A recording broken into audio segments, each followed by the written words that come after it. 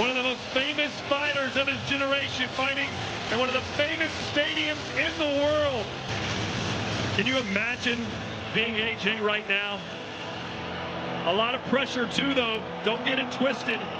You've got to perform in front of 96,000 of your closest friends. But mamma mia, Rosie, a social media sensation turned boxer, has turned the sport on its ear. This is incredible. And what must be going through this 27-year-old's mind, like so many members of his generation, dealing with mental health issues? Here we go! Jake Paul versus Anthony Joshua has ignited a wave of heated debate among boxing pros.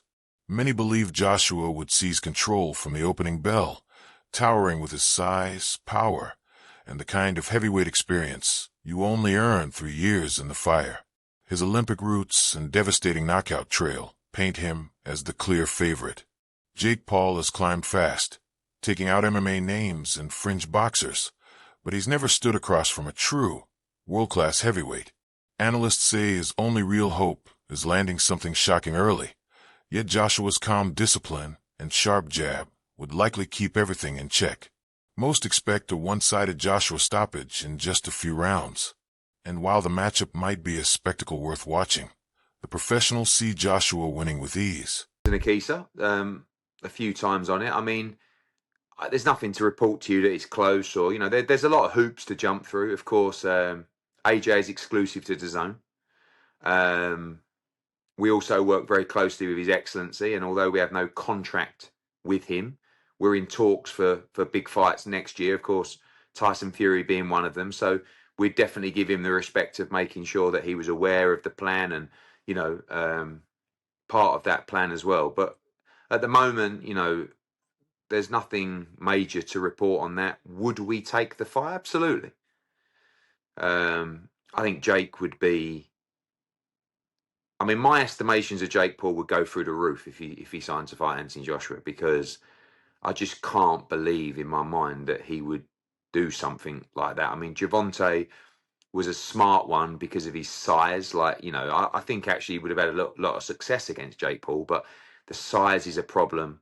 But this would just be, you know, like if Jake Paul was to take the fight with AJ, you'd really have to maybe carry his balls in a wheelbarrow on the ring walk, you know, because that would be, because AJ wouldn't mess around in there, you know. So it would be huge, but nothing, you know, to tell you it's close. The fight between Jake Paul and Anthony Joshua is now locked in for December 19th, 2025 at the Casa Center in Miami, streaming to the world on Netflix. And this isn't some lighthearted exhibition. It's a fully sanctioned professional heavyweight showdown under Queensberry rules. 8 rounds, 3 minutes each, with 10-ounce gloves. To balance the scale, Joshua has agreed to come in at a contracted 245 pounds, far lighter than his usual frame. With both men risking their records, this high-stakes collision carries real weight. Knockouts are in play, and a clear, undeniable outcome is almost guaranteed. Happening, Jake Paul will face the 2-time unified heavyweight world champion Anthony Joshua on Friday, December the 19th in Miami, Florida. It's going to be an 8-round fight with 3-minute rounds and 10-ounce gloves. It's Joshua's first fight since being knocked out by Daniel Dubois in September last year.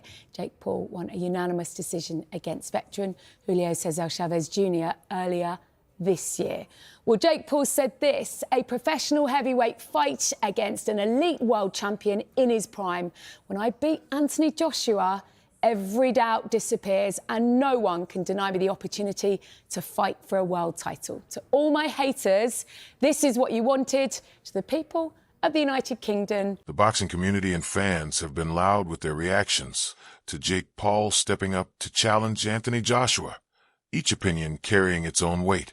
To many, Paul's dream of taking on a seasoned heavyweight like Joshua feels less like confidence and more like a leap into something unrealistic and overly ambitious. Right, the real deal respond to me as I tweeted my thoughts about delusion, which again I think is more about what Jake said about Anthony Joshua and what he'll do to him. That was the more delusional aspect of this. Amanda Serrano said, "At Jake Paul is the truth. Funny, they say he's a fraud for wanting easy fights. Then he asked for the toughest fights ever, and they say he's nuts. Listen, he was scheduled to fight Canelo Gervonta, and now he's calling out Joshua. Come on, who else is doing this? Oh, crap, on second thought, he is out of his freaking mind. You're right. That was more of just Amanda backing her guy, you know what I'm saying, the co-founder of MVP and someone. Anna Serrano, yes, the real deal, actually responded to me after I tweeted about the delusion I was seeing, which, to be fair, was more about what Jake said he'd do to Anthony Joshua. That was the truly delusional part. Amanda Serrano fired back saying Jake Paul is the truth. She joked that people call him a fraud for chasing easy fights, but the second he goes after the toughest names out there, suddenly he's crazy. She reminded everyone he was lined up for Canelo, Gervonta, and now he's calling out Joshua. Like, seriously, who else is doing that? Then she flipped it, admitting, yeah, he might actually be out of his mind. And honestly, that was really just Amanda standing up for her guy, the co-founder of MVP. Someone she genuinely respects, and someone she'll always go to bat for in Jake. Lost to Tommy Fury. Anthony Joshua cannot box Jake Paul. Horrific. He's dangerous for one, and two, if Jake Paul even lands a glove on him, it just diminishes everything that he's achieved. Jake Paul won't last 2 minutes for me. Never mind Anthony Joshua. It's ridiculous. It's a joke. If AJ does say yes to going in against Jake Paul, does he harm his legacy? I would lose a bit of respect for him, and I think a lot of boxing people would as well, to be honest. Why would he box him? 2-time heavyweight champion of the world, one of the best heavyweights the last 20 years, held British boxing on his back. People might say he deserves to box Jake Paul. But why though? Why would he do it? Did you lose respect from when he fought Ngannou? Did you lose respect from Fury when he fought Ngannou? Ngannou's a serious fighting man. World champion in the mixed martial arts. It's a worrying thing, potentially, the damage that AJ could do to Jake Paul. He'll hurt him. Yeah, Jake Paul is a cruiserweight. You wouldn't put the Midlands area cruiserweight champion in with Anthony Joshua, so why would you put Jake Paul in there? Just because he's a superstar, whatever. I don't know what he does. What does he do? What is he? A YouTuber. It's just not worth it. He's got enough money as it is. Why risk all that for a few more quid? I don't like it. I hope it don't. But Dave Allen has issued a firm warning, insisting that Anthony Joshua could seriously harm his reputation by even agreeing to face Jake Paul. He argues that if Paul were to land just one clean shot, it could chip away at everything Joshua has built throughout his career. To Allen, this matchup leans more toward entertainment than real sport, and he doubts Joshua would ever want to gamble with that kind of risk. He believes many hardcore boxing fans would see the fight as a step backward, and that Joshua would lose a measure of respect in the boxing world by stepping into the ring with the YouTuber-turned-boxer like Paul. I'm a world champion. No. Why? I think if they make him fight tough opponents, guys with experience, those guys will beat him. Now, if you catch somebody like myself at the end of their career, or somebody like Tyson, he caught at the end of their career, the chances are much higher. Because now it becomes more of a 50-50. You got a guy who's better than him, but the age factor. You understand me? And that's the only way to balance it for him to make it a 50-50 fight. Somebody who's on his level at the same age, those guys have too much experience. You understand me? So he's not going to beat those guys. But you find a guy who is past his prime, who has the mentality further than his, but past their prime, it kind of... As the fight heads toward being fully sanctioned rather than treated like an exhibition, Roy Jones Jr. has stepped in to challenge the growing idea that Jake Paul could ever become a legitimate world champion. He's openly doubtful, pointing out that Paul has yet to face opponents who are truly battle-tested. If Paul ever steps in with high-level, experienced boxers, Jones believes those fighters would beat him soundly.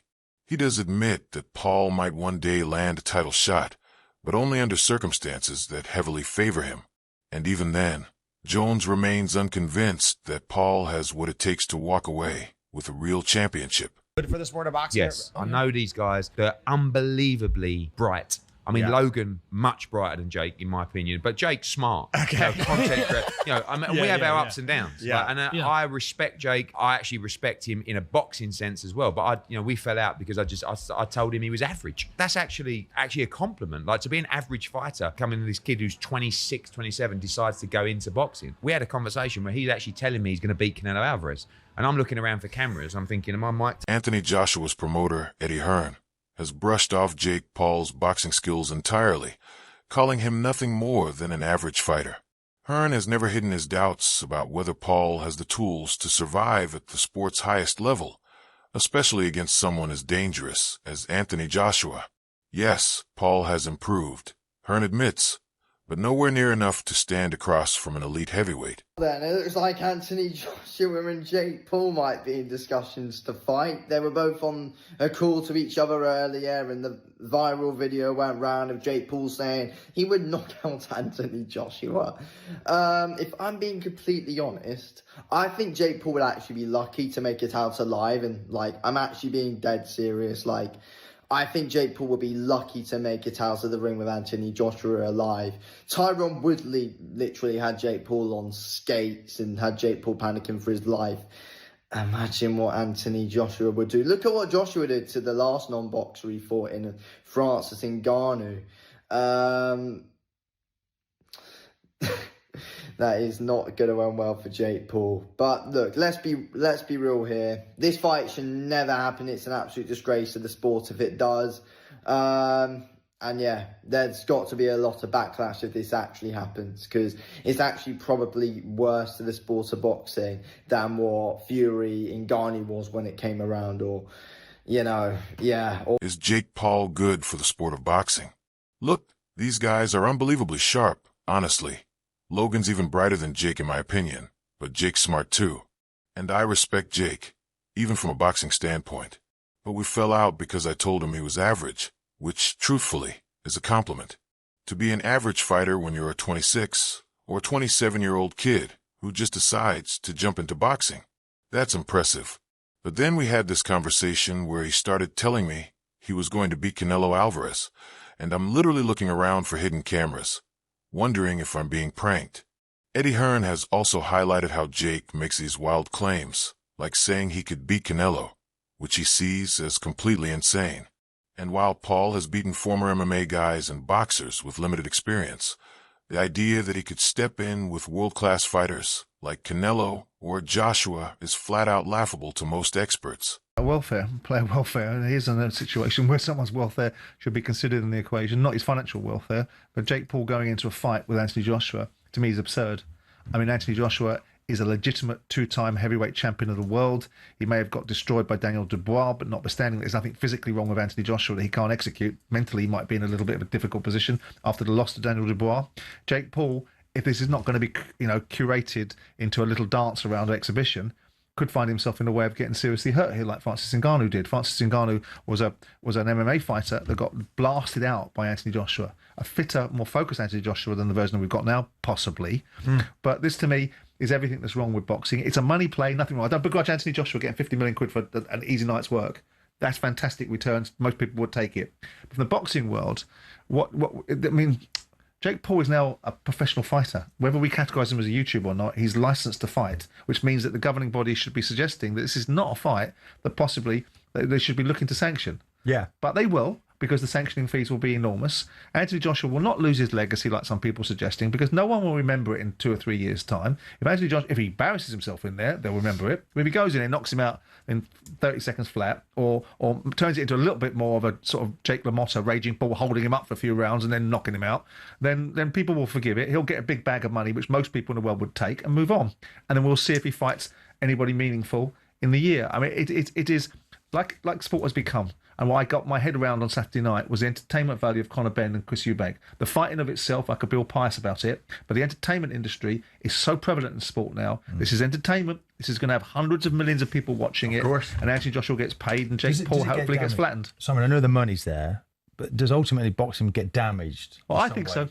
But I think boxing damages itself left, right and centre. But I think the reputability and the credibility of some of these boxing sanctioning bodies is poor anyway. But I think it does get damaged. Even if it's an exhibition fight, which it might well be. Well, then what's the jeopardy in that? If it's an exhibition fight, which it shouldn't be, if it's a proper fight, then Jake Paul is going to get demolished. Simon Jordan, the former Crystal Palace owner turned fiery boxing pundit, has unleashed a blistering warning at Jake Paul over his proposed showdown with Anthony Joshua. To Jordan, the very idea of this matchup turns the sport into a punchline, insisting Paul simply doesn't have the legitimacy or skill to stand across from a heavyweight icon like Joshua. He argues it drags down boxing's credibility, calling it the perfect example of everything wrong with the game today. In Jordan's eyes, Paul wouldn't just lose, he'd be obliterated. And beyond the danger Paul would face, Jordan believes it cheapens Joshua's legacy, transforming what should be a serious contest into nothing more than a spectacle. I'm Patricia DeWong, and I'm here with David Benavidez. What are you looking forward to the most tonight at Bare Knuckles? Honestly, this is my first time being at a bare knuckle fight, and it's already started amazing. And I'm just here to come to see the gore, the blood, and all that. So it's been living up to the hype. I want to ask you about Jake Paul wanting to fight Anthony Joshua. What are your thoughts on that? I think it's a good fight. If they can make it happen, then let's do it. You know what I mean? Jake Paul is a big household name. Anthony Joshua, needless to say, he's one of the greatest champions of boxing. So if they can get it done, that'll be a huge fight for boxing, and I say let's do it. You were in the talks to fight the ball. What are your thoughts on that? Is it in the works? So when is it happening? So right now we're trying to negotiate the fight. It might be in the works for September, but we don't know. You know, everything in boxing is not 100%. So we're just going to keep trying to negotiate the fight, and if it doesn't happen, it doesn't happen. But David Benavidez has recognized that Jake Paul is undeniably one of the biggest names in boxing when it comes to grabbing attention and selling fights. While purists may scoff at his skills, Benavidez sees the other side. Paul's presence injects excitement into the sport and opens the door to major financial opportunities. BC have said they're going to give a cruiserweight ranking to the winner of this fight. Do you think they deserve one? No, I don't think so. I don't know why. It's hard enough for real athletes, for real boxers, to get those rankings, and then suddenly this Solomon Tuesday decides to give double ranking because he's getting some greens in his, in his back pocket. No, Veteran heavyweight Derek Chisora has slammed the idea of Jake Paul receiving a WBC ranking, calling it a straight-up insult to the sport. Chisora argued that real fighters grind every day to climb the ladder, while Paul, taking on unranked or past prime opponents, would jump ahead based on fame, not skill. He didn't hold back on WBC President Mauricio Sullivan, accusing him of trading credibility for cash, saying, "That is a disgrace to boxing. That is unfair." For Chisora, rankings should be earned in the ring, not handed out for clicks or hype. On this nonsense? Where am I? I can't see it happening. I can't. Although, yes, lots of money, so on and so forth. I can't see it. I just can't. It just, obviously, as someone who's been a unified heavyweight world champion going in against Jake Paul, it doesn't sit right. Yeah, and it's like, I'm also talking from a health and safety factor. It's like he's maybe a cruiserweight. Yeah. Anthony Joshua's a very big, strong heavyweight, and if he turns it on, it's not just a risk of a knockout. It's a much bigger risk. So I can't see it. Lawrence Akoli has raised serious alarms over the idea of Jake Paul stepping into the ring with Anthony Joshua, warning it could be a real safety hazard. Though Akoli once sparred with Paul and admired his dedication and mindset, he now sees a clash with AJ, armed with elite power and technique, as dangerously one-sided. He's not alone in this concern. Eddie Hearn called it dangerous, very dangerous.